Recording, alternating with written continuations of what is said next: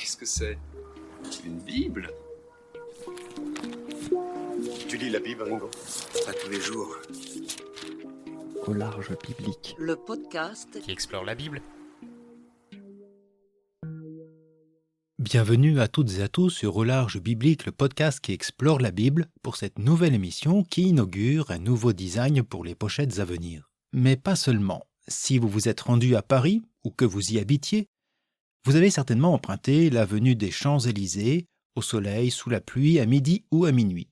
Peut-être vos pas vous ont conduit vers le palais de l'Élysée, demeure présidentielle de la République française. Pour celles et ceux qui se souviennent de leur cours d'histoire, vous savez que cet Élysée antique représentait le lieu de repos des âmes vertueuses. Mais connaissez-vous Élisée, avec un I et non pas un Y, le prophète biblique? Il faut l'avouer qu'il n'a pas une grande renommée, comparé aux patriarches de la Genèse ou à d'autres prophètes comme Isaïe, Jérémie, Jonas ou Élie. Dans la Bible, on le trouve justement à la suite de ce dernier dans le second livre des rois, où il nous est présenté comme son successeur désigné. Mais pourquoi s'intéresser à ce personnage? Il y a 5 ans, en 2020, je publiais 10 épisodes consacrés au prophète Élie justement. Il y a 5 ans, pendant leur diffusion, advint le confinement qui chamboula par la suite la programmation des futures séries. Ainsi fut reportée, voire oubliée, cette suite promise avec le prophète Élisée.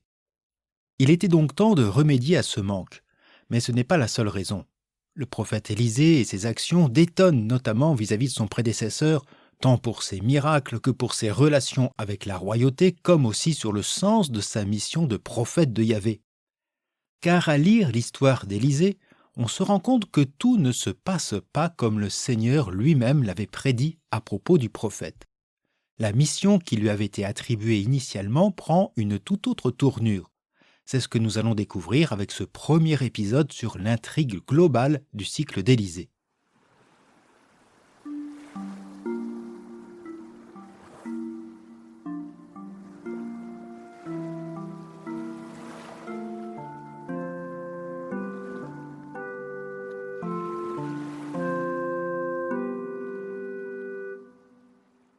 L'histoire de ce prophète est rapportée au sein du second livre des rois, entre les chapitres 2 et 13, de l'ascension d'Élie à la mort d'Élisée.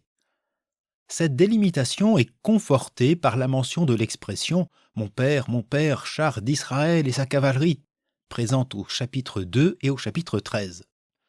Comme le montre la carte des lieux associés au prophète Élisée, que vous trouverez en description, l'action se déroule dans le royaume d'Israël-Samarie, sur lequel règne la dynastie Omride, du nom de son fondateur, le roi Omri. À cette période, le royaume d'Israël-Samarie, fortifié par Omri, représente une force politique, économique et militaire respectée et très influente, et aussi puissante dans la région. Le petit royaume de Juda, à Jérusalem, deviendra son vassal. L'action d'Élisée se situe principalement au temps du roi d'Israël-Samarie, Yoram, descendant d'Omri, qui régna entre l'an 853 et l'an 841 avant notre ère.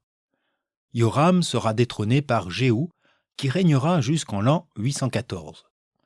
Si vous voulez en savoir plus sur cette période, je vous renvoie à la série sur la royauté en Israël. Vous trouverez le lien en note. La mort du prophète sera racontée alors que règne le petit-fils de Jéhu, Joas, en l'an 800, soit près de 50 ans après le début de sa mission prophétique. Cependant, comme nous le verrons lors d'un autre épisode, le narrateur prend quelques libertés par rapport au déroulement de l'histoire. En effet, les livres de Josué, des Juges, de Samuel et des Rois appartiennent à ce qu'on appelle l'histoire deutéronomiste, une œuvre qui s'appuie sur le livre du Deutéronome et sur une relecture de l'histoire rédigée au moment de l'exil, entre 587 et 537, jusqu'à la période perse. Certes, il y a, çà et là, quelques anciennes traditions orales ou écrites sur lesquelles les rédacteurs s'appuient. Notre cycle d'Élisée, dont la composition s'étale sur plusieurs siècles, adopte donc ce point de vue particulier dit deutéronomiste. Majoritairement, les écrivains deutéronomistes dressent un portrait peu élogieux des royaumes d'Israël et de Juda, depuis leur fondation jusqu'à leur fin. Pour les auteurs, la destruction du temple et l'exil à Babylone trouve son explication dans l'impiété des rois et du peuple, obligeant Yahvé à les sanctionner au moyen des empires ennemis. L'idolâtrie et le syncrétisme sont ainsi vivement dénoncés. Seuls quelques rois comme David, Ézéchias ou Josias ont droit à un traitement plus favorable, et encore. Déjà, les méfaits de la royauté étaient dénoncés dans le livre des Juges au chapitre 9, mais aussi avec le discours du prophète Samuel en 1 Samuel 8. La dynastie omride, qui règne entre 885 et 841, en Israël et en sa capitale Samarie, est particulièrement critiquée. Omri fit ce qui est mal aux yeux du Seigneur et fut pire que tous ses prédécesseurs, dit le premier livre des rois au chapitre 16, en faisant notamment allusion aux idoles installées dans le pays.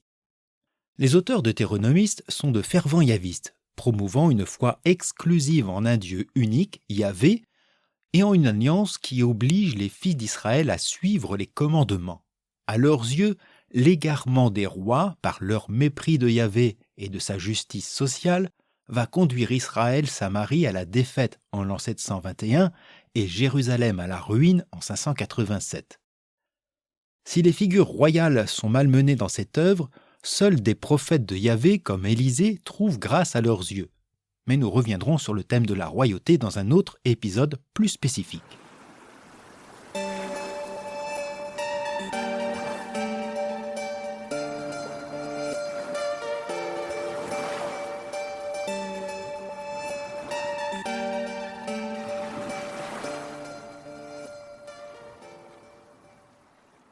Son nom hébreu, Elisha, traduit en grec par Elysaios ou en latin par Élyséus, donnera Élisée en français.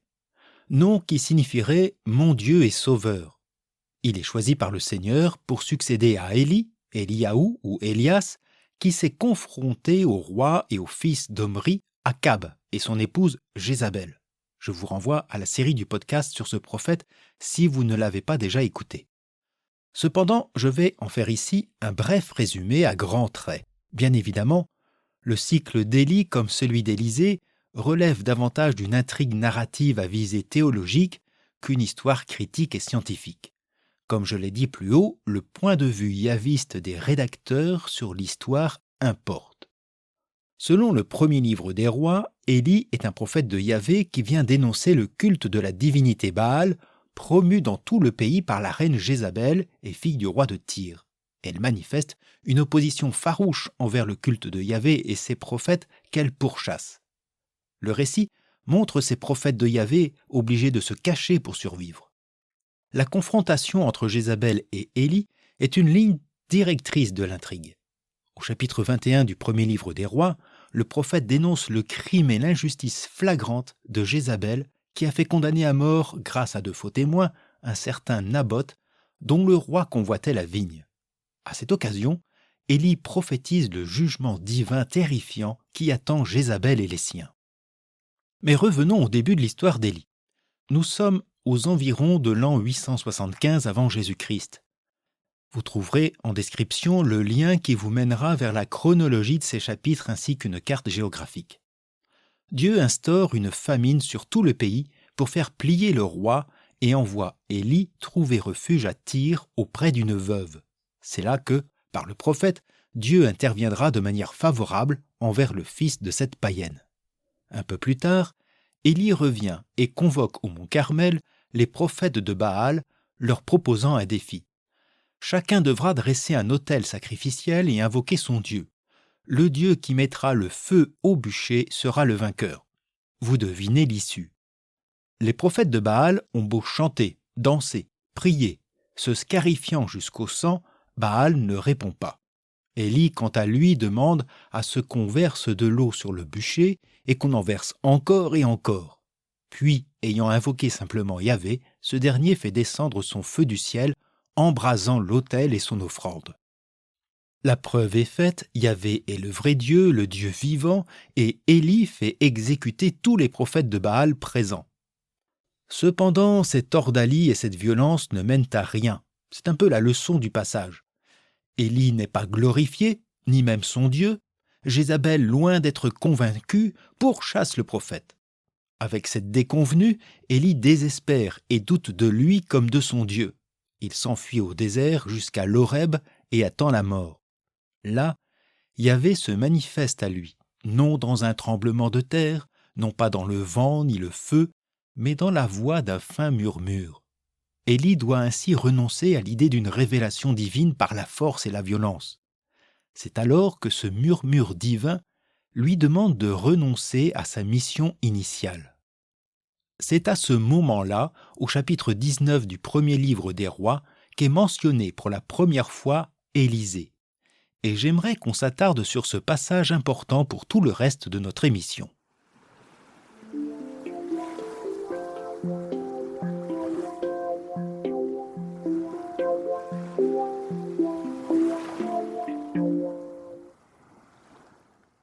Le Seigneur dit à Élie, « Va, reprends ton chemin en direction du désert de Damas. Quand tu seras arrivé, tu oindras Hazaël comme roi sur Aram, et tu oindras Jéhou, fils de Nimshi, comme roi sur Israël, et tu oindras Élisée, fils de Shaphat, d'Avel-Méhola, comme prophète à ta place. Tout homme qui échappera à l'épée d'Hazaël, Jéhou le tuera, et tout homme qui échappera à l'épée de Jéhou, Élisée le tuera. Mais je laisserai en Israël 7000 hommes, tous ceux dont les genoux n'ont pas plié devant le Baal et dont la bouche ne lui a pas donné de baiser. » Yahvé signifie de manière diplomate et positive la fin de la mission d'Élie. Élie pensait avoir en ses mains tout le pouvoir et la puissance de Dieu. Le Seigneur lui rappelle que c'est lui, le prophète, qui est entre ses mains, et que Dieu peut agir par d'autres moyens, même par des rois et par un autre prophète au moment choisi. Cependant, Yahvé confie à Élie 3 missions. Les 2 premières concernent des onctions royales en faveur d'Hazaël, futur roi d'Aram, la Syrie actuelle, et de Jéhou, futur roi d'Israël-Samarie, mettant ainsi fin à la dynastie omride et au culte de Baal. Le jugement divin attendu par Élie est annoncé. Cependant, par la suite, jamais Élie ne consacrera Hazaël et Jéhou comme roi. Ces 2 personnages, nous les retrouverons avec le cycle d'Élisée. Mais là encore, Élisée ne consacrera pas Hazaël, même s'il lui annoncera qu'il deviendra roi, et il confiera l'onction de Jéhou à un autre prophète. De même, contrairement à ce qui est annoncé, Élisée ne bénéficiera pas d'une onction de la part d'Élie, même s'il deviendra son successeur reconnu prophète. Bref, rien ne se déroulera selon cette parole divine. Et c'est cette situation qui peut nous interroger.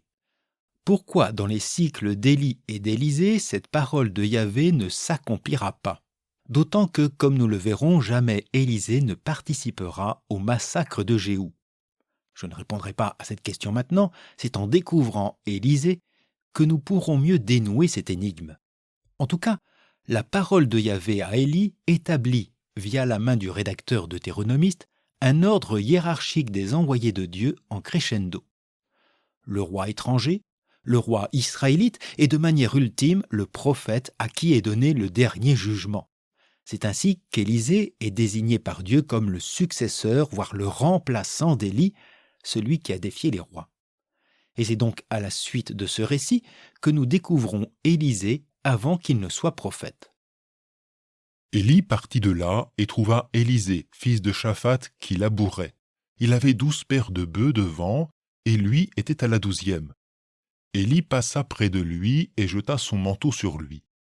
Élisée abandonna les bœufs, courut après Élie et dit « Permets que j'embrasse mon père et ma mère et je te suivrai. » Élie lui dit « Va, retourne, que t'ai-je donc fait ?» Élisée s'en retourna sans le suivre, prit la paire de bœufs qu'il offrit en sacrifice, avec l'attelage des bœufs, il fit cuire leur viande qu'il donna à manger aux siens. Puis il se leva, suivit Élie et fut à son service. Nous ne savons rien de ce Shaphat qui apparaît comme un riche propriétaire terrien. Ces 12 paires de bœufs que mènent Élisée et les ouvriers en sont le signe. Ce chiffre 12 et ce labour pourraient renvoyer aux 12 tribus d'Israël, désormais séparées en 2 royaumes, mais cependant, cette interprétation demeure incertaine. Quoi qu'il en soit, cette vocation d'Élisée est surprenante par sa rapidité et par la réaction d'Élie et d'Élisée. On peut noter que s'il n'y a pas d'onction, comme Yahvé lui avait demandé, le récit souligne un autre geste tout aussi signifiant. Élie jette son manteau sur Élisée. Ce manteau représente l'identité prophétique d'Élie dont est revêtu désormais Élisée. C'est à ce manteau que le roi Akasias reconnaîtra Élie. Le roi dit aux soldats, « Comment était cet homme qui est monté à votre rencontre et qui vous a dit ces paroles ?» Ils répondirent, « C'était un homme qui portait un vêtement de poil et un pagne de peau autour des reins. » Alors le roi dit, « Mais c'est Élie, le Tishbite. » Ainsi, dans ce passage, Élisée n'est pas seulement invité à suivre Élie, mais il reçoit de lui sa personnalité, sa fonction représentée par la vêture du vêtement, substitution à l'onction annoncée. Et nous retrouverons ce même procédé avec notre prochain épisode sur l'ascension d'Élie, où ce manteau jouera encore un rôle important. Cependant, cette mise en scène, qui déroge à ce qui avait été demandé à Élie par Dieu, permet aussi de percevoir qu'Élisée n'aura pas forcément le rôle attendu.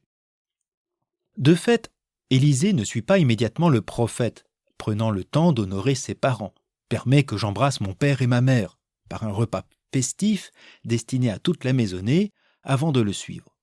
La réponse d'Élie va, retourne, que t'ai-je donc fait, ne constitue pas un reproche mais davantage une approbation. Élie ne lui impose pas cette charge, il laisse son futur padawan y répondre librement. Par la suite, Élisée quitte le champ, pas seulement des parents, mais aussi celui des aventures d'Élie. Le récit ne fera plus mention de lui jusqu'au chapitre 2 du 2e livre des rois. Il est possible, et je reviendrai dans un autre épisode sur cette hypothèse, que le lien entre Élie et Élisée soit une création des rédacteurs. Ces deux prophètes auraient été alors historiquement indépendants l'un de l'autre. Plusieurs indices iraient dans le sens de cette hypothèse et pourraient expliquer les écarts entre la mission suggérée et l'histoire racontée et les quelques contradictions narratives. Mais de fait, l'organisation du cycle d'Élisée montre une certaine dichotomie entre la mission annoncée et sa réalisation que l'histoire de la rédaction ne peut à elle seule expliquer. Au point qu'on peut se demander s'il existe bien une logique narrative à propos de l'intrigue concernant Élisée.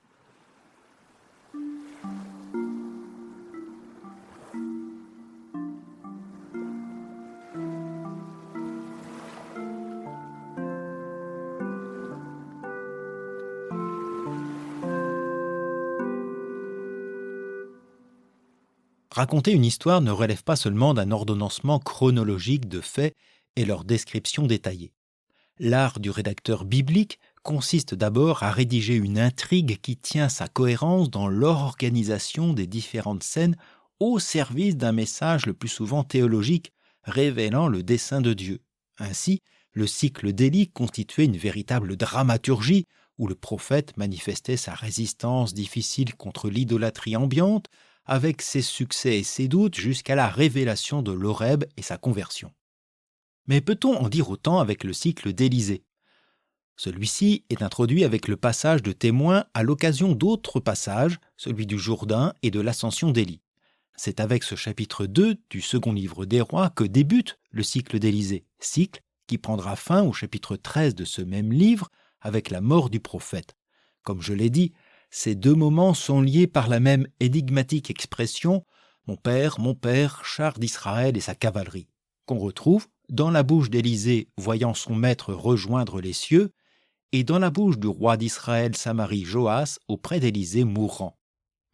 Une note en bas de cet épisode vous renvoie au document sur l'organisation du cycle d'Élisée.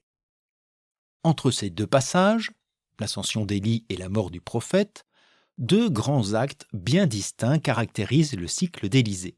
Le premier acte, des chapitres 3 à 7 en gros, se déroule au temps du roi israélite Yoram. Se succèdent les interventions divinatoires et miraculeuses du prophète auprès de la cour, au sein d'un groupe appelé les fils de prophètes, et à l'occasion de deux grands récits en faveur d'une femme du village de Shunem et d'un général araméen appelé Naaman. Bref, ce premier acte représente une succession de 11 miracles de 3 genres différents qu'on explorera avec les épisodes 3 à 6 de cette série. Élisée apparaît tel un prophète devin de son temps. Il en a toutes les caractéristiques. notamment par ses actes divinatoires. De fait, le cycle d'Élysée peut apparaître tel une collection de traditions anciennes, de légendes merveilleuses mis bout à bout, racontant la grandeur de l'ancien prophète divin, l'homme de Dieu que rien n'arrête. Certains même de ces miracles reprennent ceux du prophète Élie. La multiplication de l'huile auprès d'une veuve et le retour à la vie d'un enfant font penser au séjour d'Élie à Sarepta. Mais que signifie cette litanie de prodiges dont certains surprennent, comme celui de faire surnager le fer d'une hache perdue au fond de l'eau? Ce premier acte du cycle d'Élysée n'est pas seulement surprenant par ce chapelet de prodiges, mais aussi par sa thématique. Élysée a été présenté comme le successeur d'Élie, qui a reçu la double part de son esprit. Il devrait donc reprendre le flambeau de la résistance prophétique. On se souvient qu'Élie avait lutté et prêché contre les attitudes idolâtres de Jézabel et de son époux le roi Akab. Or, dans notre texte, il n'est plus guère question de lutter contre les Baals de Jézabel. Cette dernière est pourtant toujours en vie, puisque nous assisterons à son exécution avec le second acte du cycle d'Élysée. À l'inverse, dans ce premier acte, Élysée apparaît comme un réel soutien aux armées du roi dans sa lutte contre les assauts de Moab et d'Aram. La personnalité du roi Yoram peut en partie expliquer ce changement de posture. Cependant, on n'oublie pas qu'Élysée fut choisi par Dieu pour être de ceux qui participent à l'extinction de la dynastie omride et du culte de Baal. Ce sera le thème majeur du second acte entre les chapitres 8 et 13 du second livre des rois. Or, alors que, comme l'avait annoncé Yahvé à Élie, Hazaël prend le pouvoir à Damas et que Jéhou détrône Achazias, fils de Yoram décédé, le personnage d'Élysée est quasi absent de ces récits. Pourtant, Dieu avait dit « Tu oindras Élysée, fils de Shaphat d'Avel-Méoa, comme prophète à ta place. Tout homme qui échappera à l'épée d'Hazaël, Jéhou le tuera, et tout homme qui échappera à l'épée de Jéhou, Élysée le tuera. » Or, Élysée ne participera aucunement aux actions du nouveau roi Jéhou qui l'a fait consacrer. On ne le voit jamais aux côtés de ce nouveau roi. Que signifie cette absence du prophète dans ce second acte? De plus, on s'étonnera aussi que sur l'ensemble du cycle d'Élysée, Yahvé s'adresse beaucoup moins au prophète qu'à Élie. Dieu n'est pas très causant avec Élysée. Et pour notre second acte, s'il parle, c'est directement au roi Jéhou. Quel est donc ce prophète, cet homme de Dieu, qui agit par de nombreux miracles durant le règne omride et qui se tait au moment où on l'attend? Quelle est la logique narrative, la dramaturgie qui supporte cette intrigue étrange?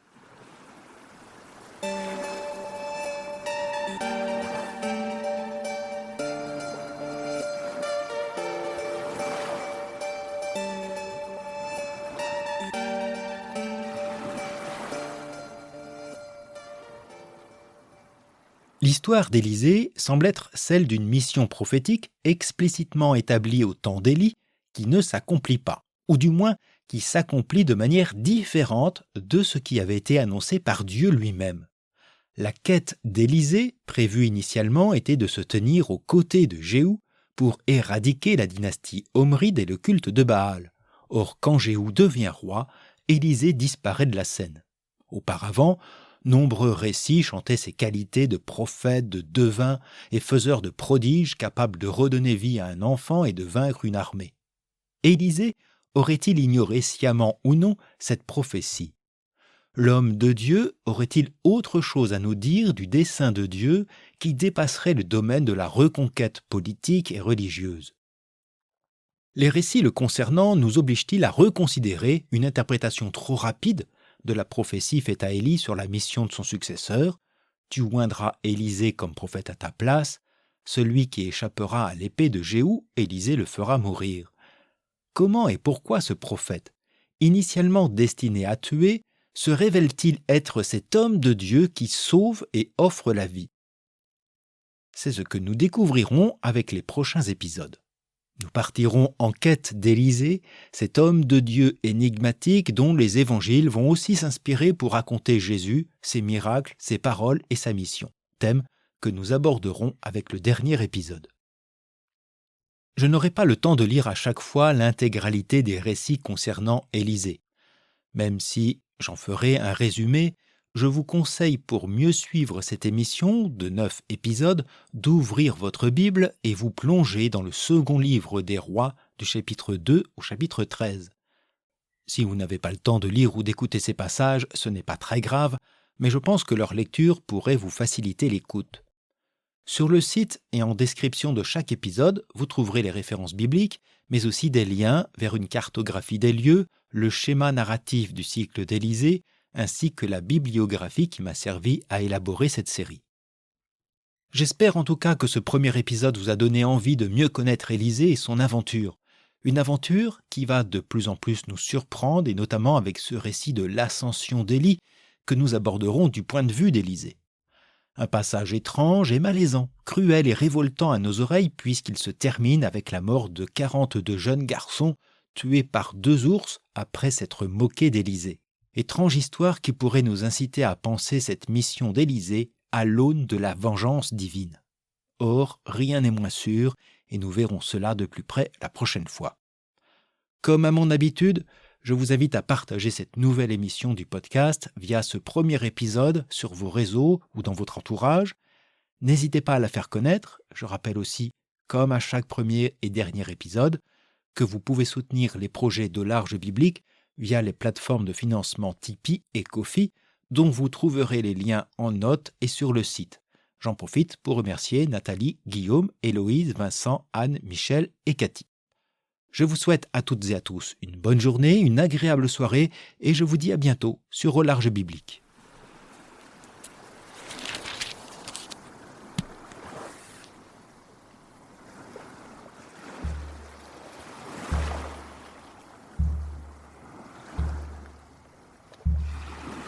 Au Large Biblique est un podcast créé et animé par François Bessonnet, prêtre et bibliste.